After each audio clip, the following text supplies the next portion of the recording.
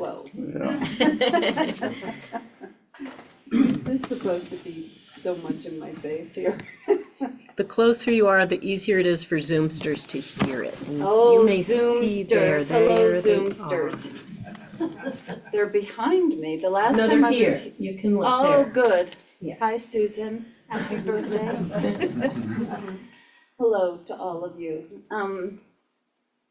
It feels really good to be here. Thank you, Jenny, and to hear all the voices singing and feel this beautiful space.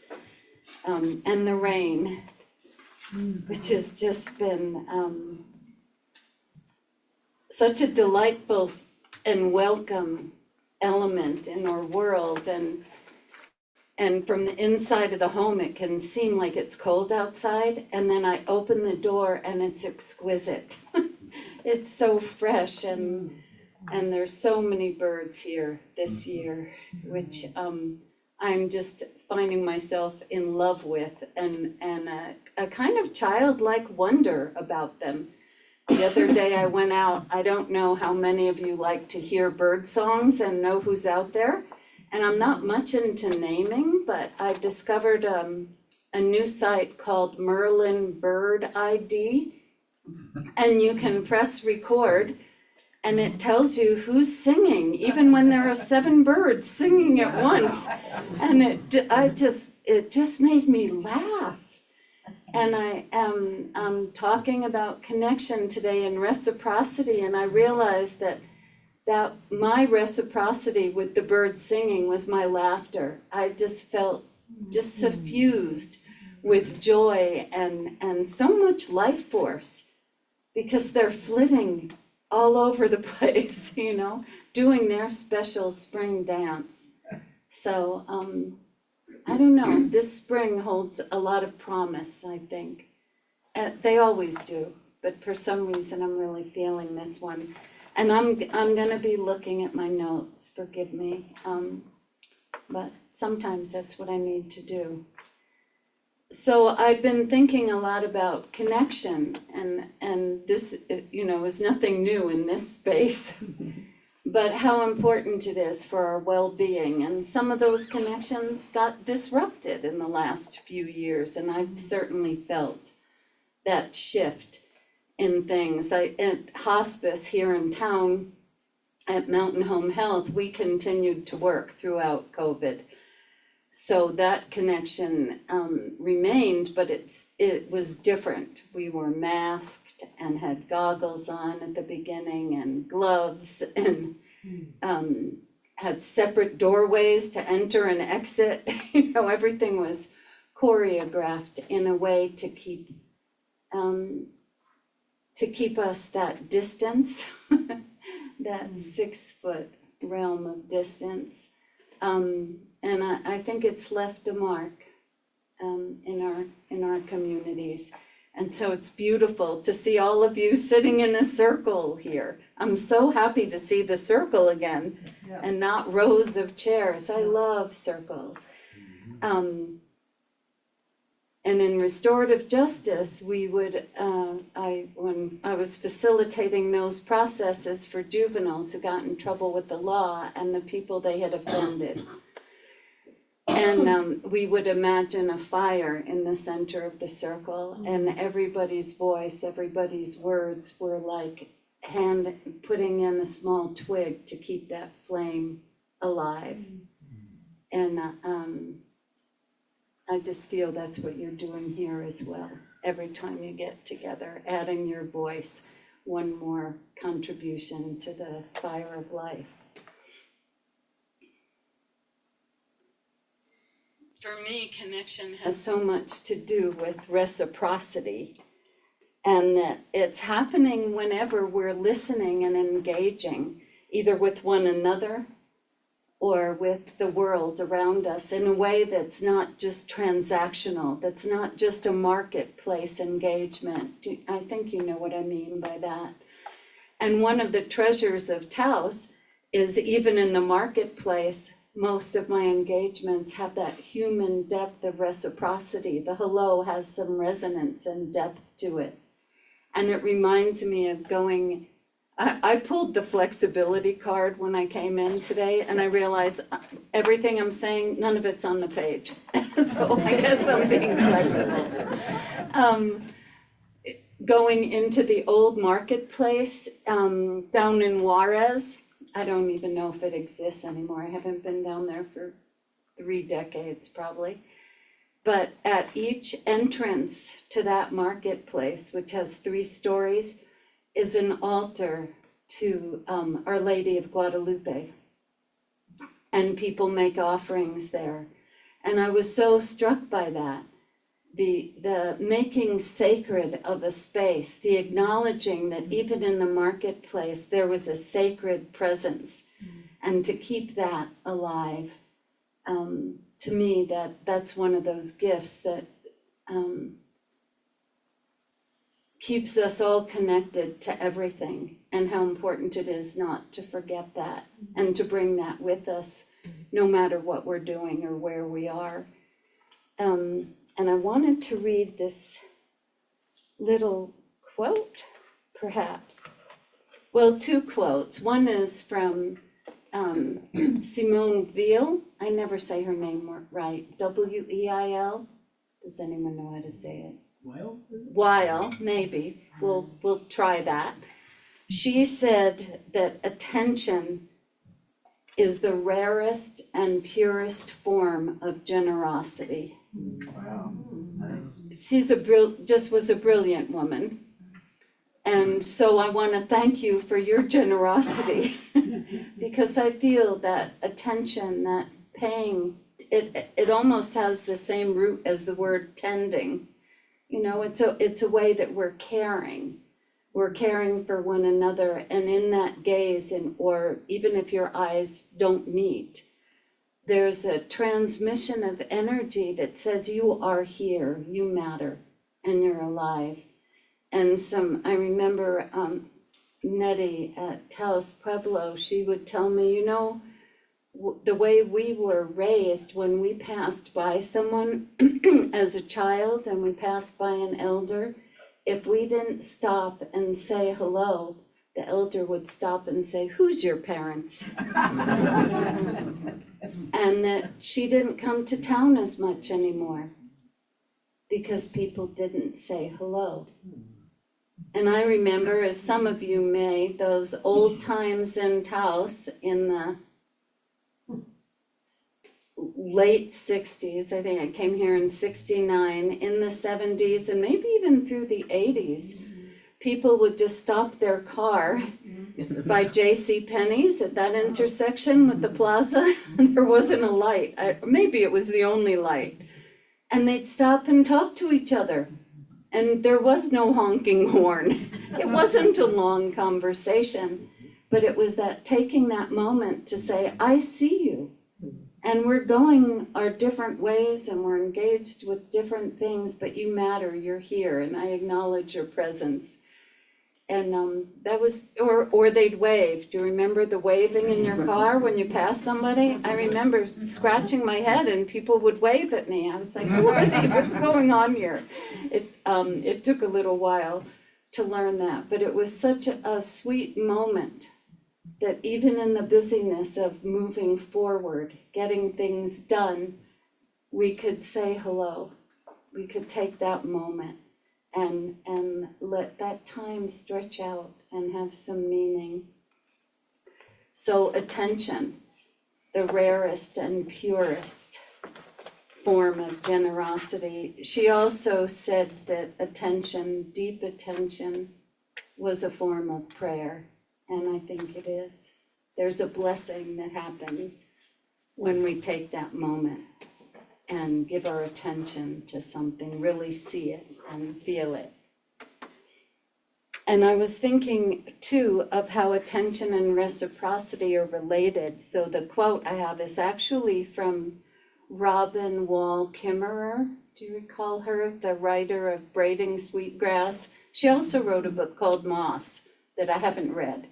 But if you haven't read Braiding Sweetgrass, it's just an exquisite book. And she says, attention is that doorway to gratitude, the doorway to wonder, and the doorway to reciprocity.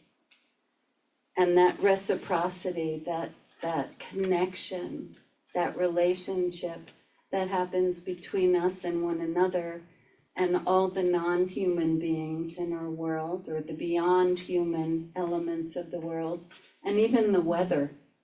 I was thinking of those moments when you go outside and you feel the breeze on your face and it just lifts your heart. It reminds you that you're alive and that things are fluid and moving, or you feel the sun. Oh.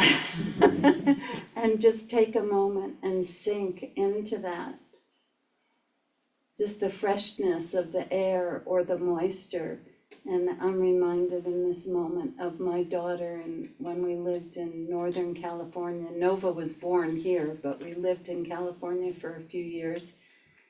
And when it rained, she'd run out in the little village to the side where we lived and dance in the rain. And that dance is another form of reciprocity, the way we respond to all the offerings of life. I was listening to, he's from South Africa, Colin Campbell. And he said that people would watch the birds and how the birds eat and how they dance. And that's how they learned their rituals. So the bird has a particular dance in the spring, pre-mating, right?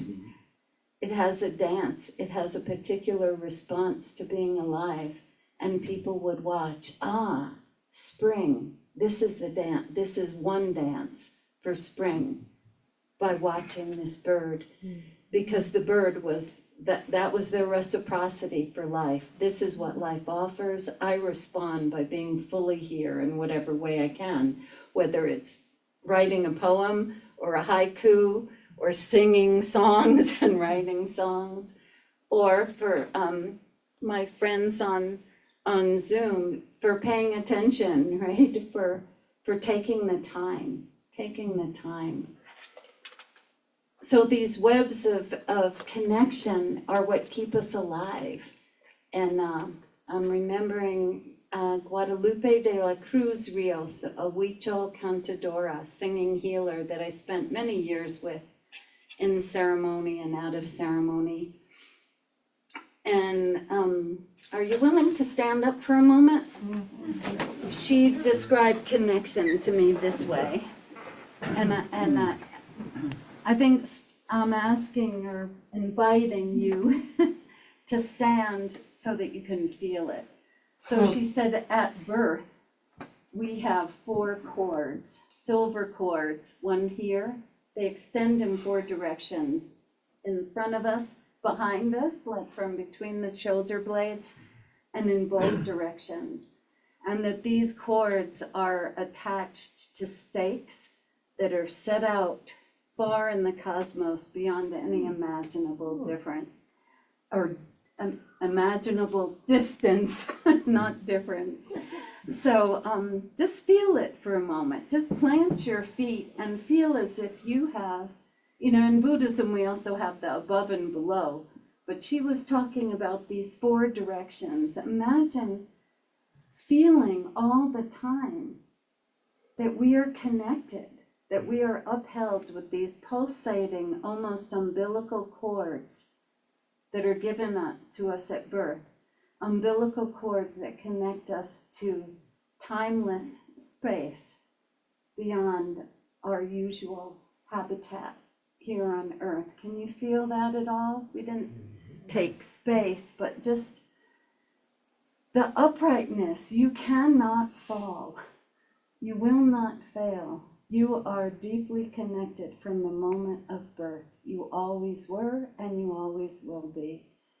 And in a world where there's such a question of belonging based on our personality, or how we choose to live, or who we choose to be with, this is a very different kind of way of looking at belonging that doesn't have to do with personality, nothing to earn. This is the birthright of who we are, this umbilical cord. that connects us to everything in the world. My So feet. thank you.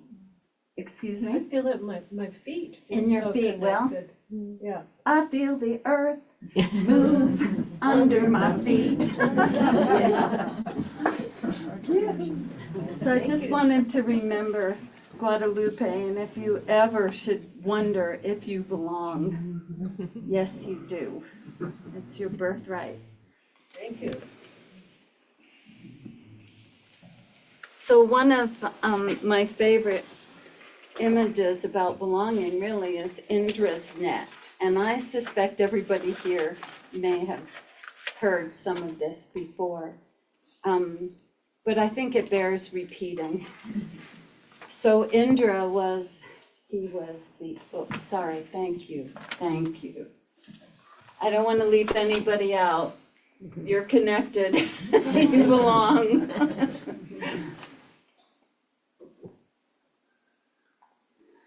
And I guess I want to say first that what intrigues me too about a net, if you imagine it, and it's a weaving, right? So there's threads going in directions that intersect.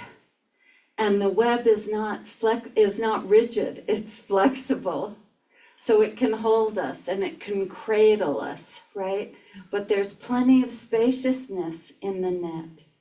It's alive and it's vibrant and trembling and there's spaciousness.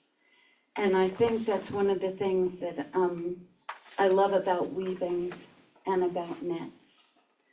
But Indra in the East Indian mythology, and I don't mean a mythology like a story that might not be true, I mean a deeply rooted story of creation. He was the king of all the heavenly realms, and he was sitting on his very ornate throne in his very jeweled palace and considering, as he liked to do, the nature of existence in his spare time.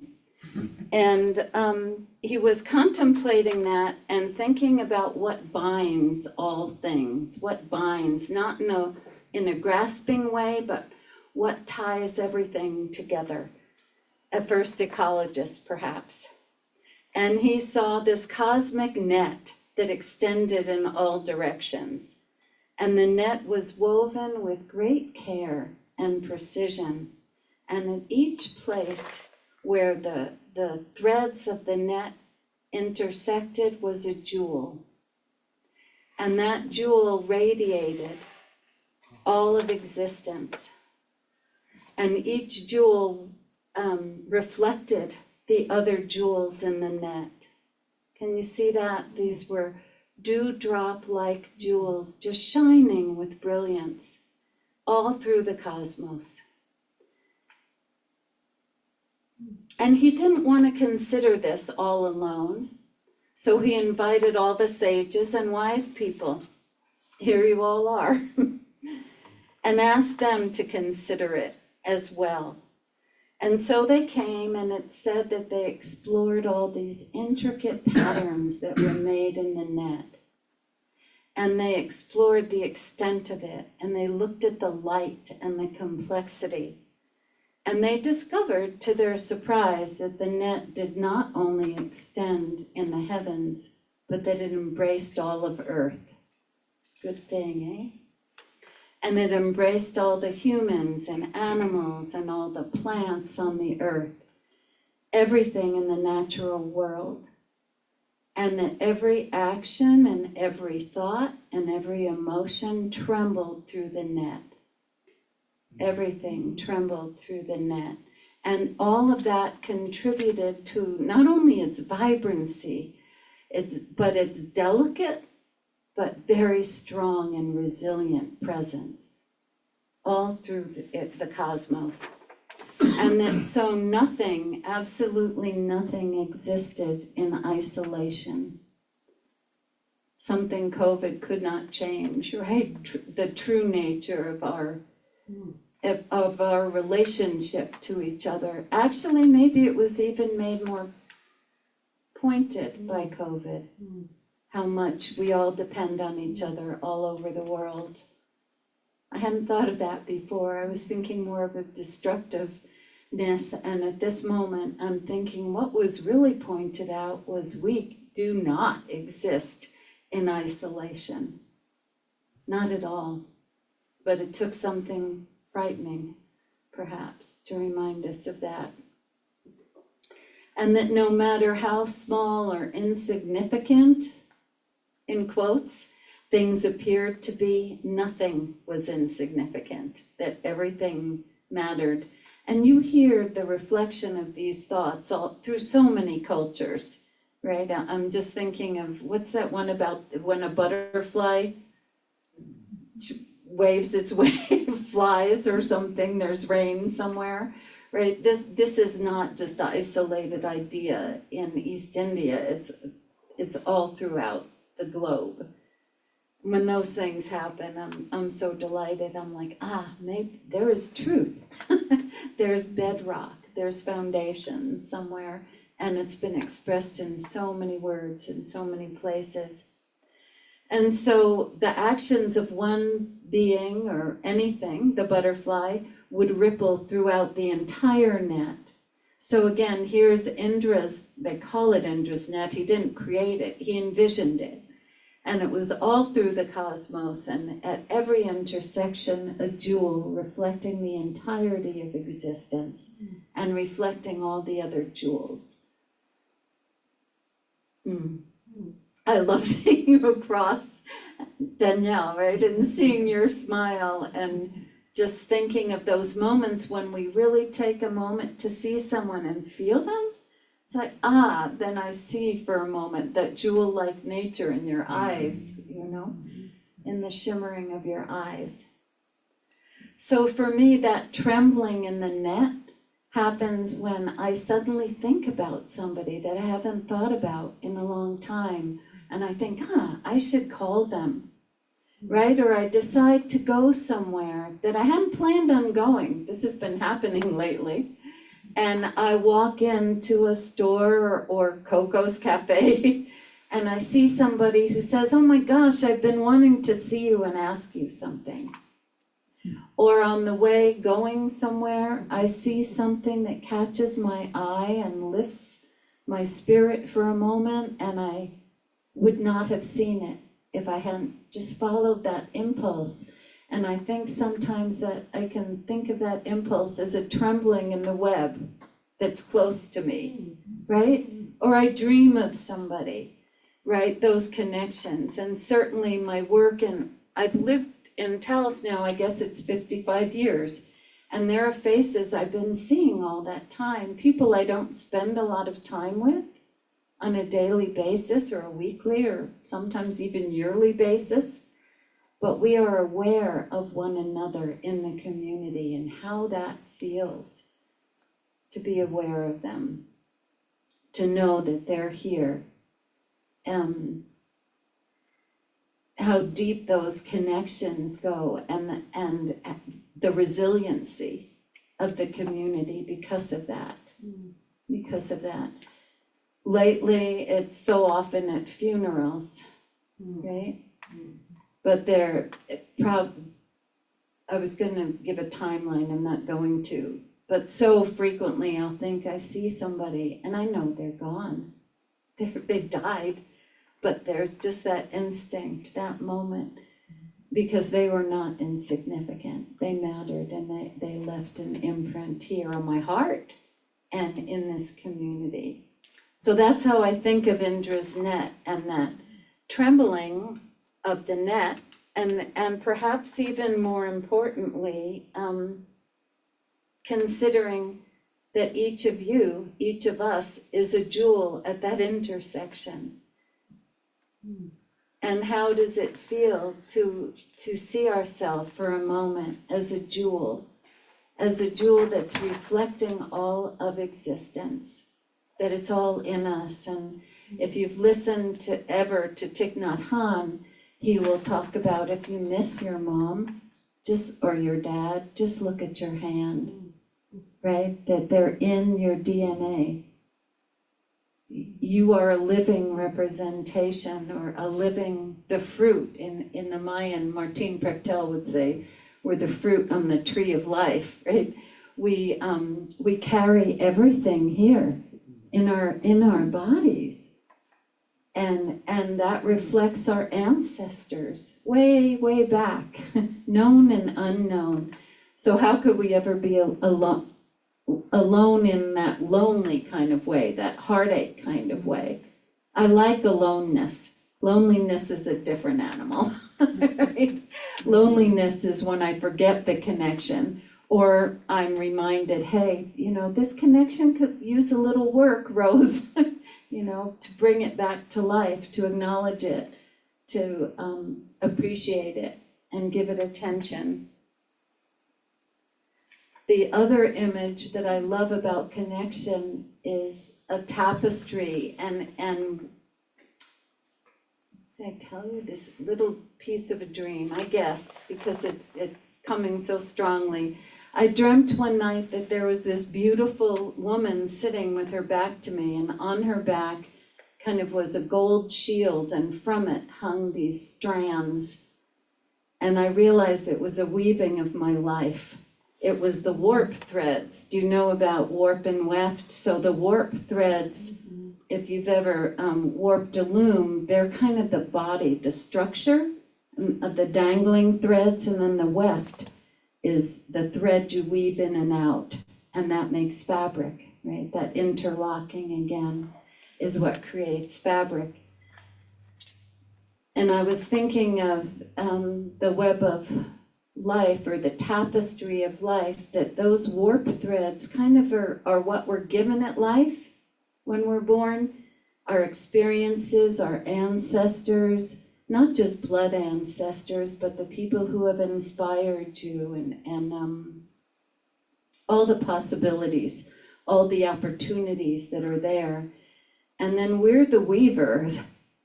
We pick up different threads and we weave them in and out of what we've been giving. Maybe, certainly Jenny has woven in and out of her web of life music, right?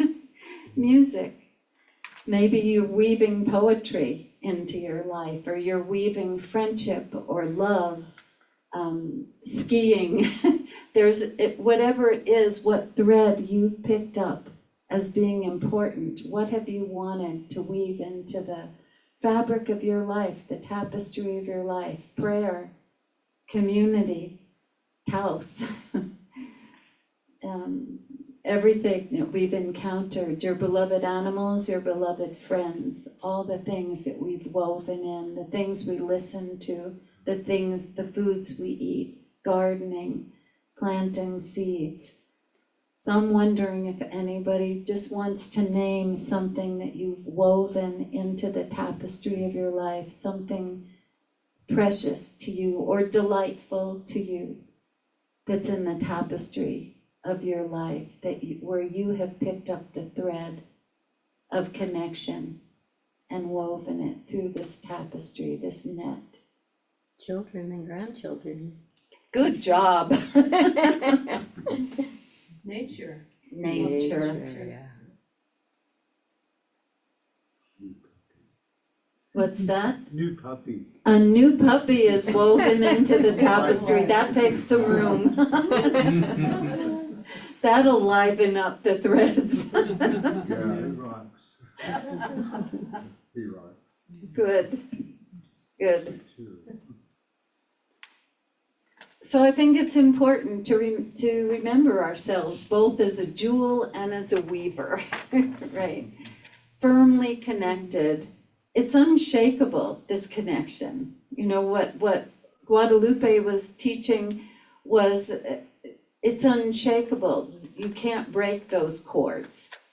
Those are the umbilical cord. Those matter. Our presence in the web of life it matters, and it's real, and we're here, and we belong. And sometimes those connections get frayed. And I've been thinking lately of which threads in my life have I just maybe not paid attention to lately, that need, what do I need to pick up again? Maybe you've got a ukulele or a guitar in a closet that's got a lot of dust on it. Or maybe you've dropped the thread of a song that you wanted to write and sing, or a prayer that you haven't said in a while, or a place, a beloved place you haven't visited in a while. So much is given to us, and then it's still our job to keep revitalizing the web of life in whatever ways we do it, including in this very moment.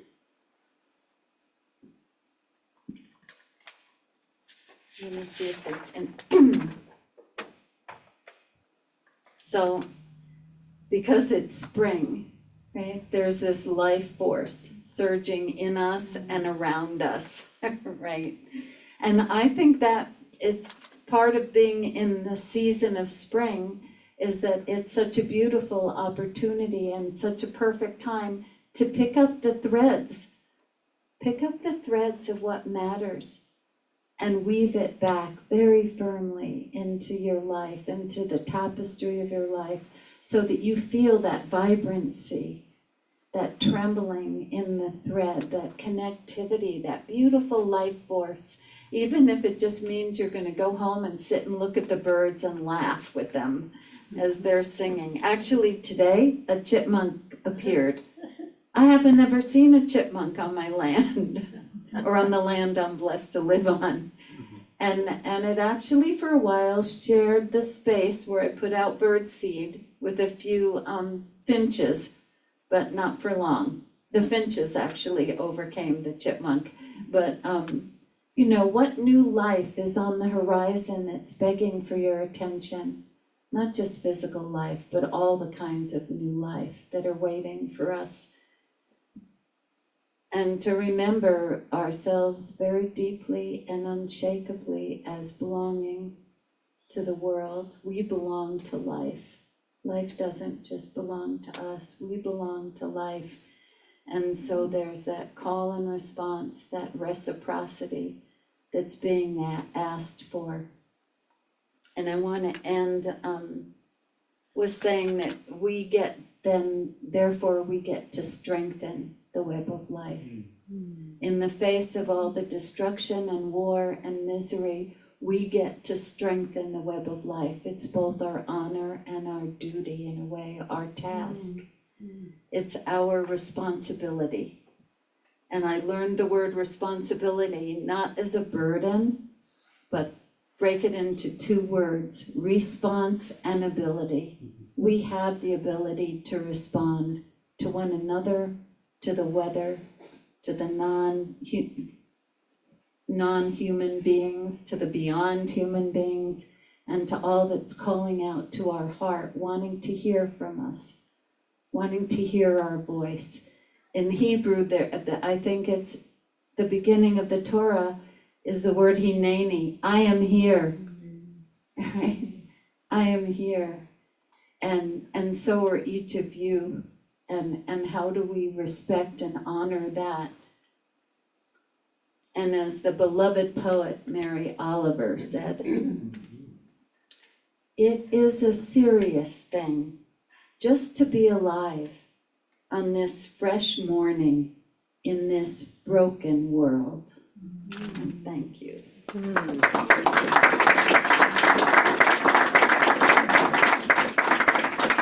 Sometimes I wonder why I bring these notes, because then something else happens.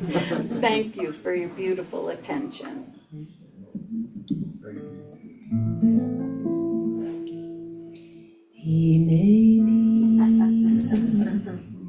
O Sahetati Merkava Shahina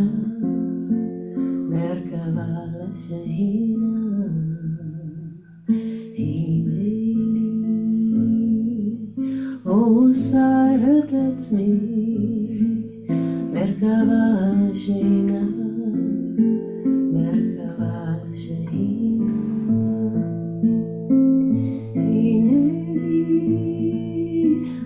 Sahatans me, Merkava shina, hineni, osaya that's me, Merkabah shina, Merkabah shina, hineni, osaya that's me, Merkabah shina, Merkabah shina.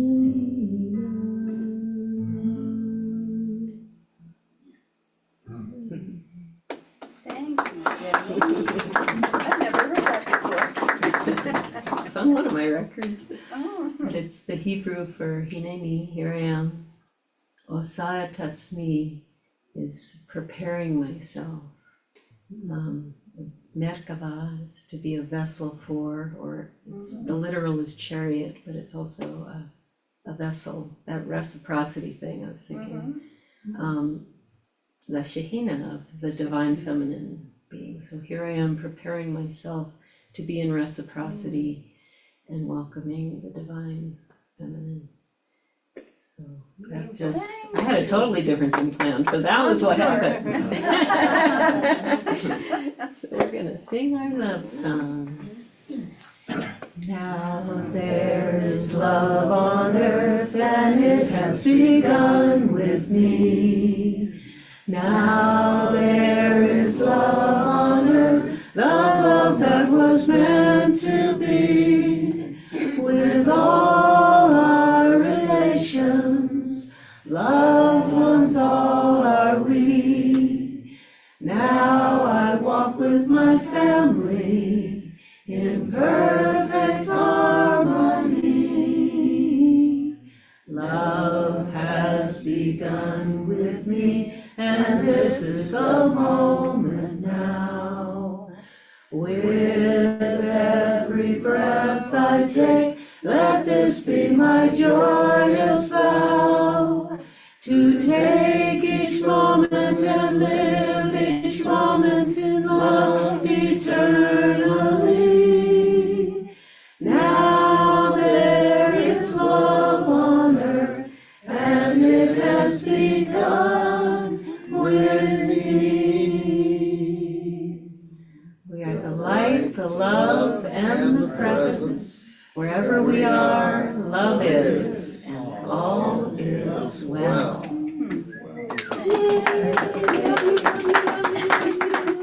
All is well.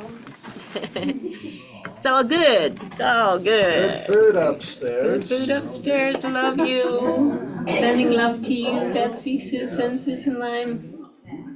Ace. Love, love, love. Have a beautiful week. Maybe everybody tried to be Mr.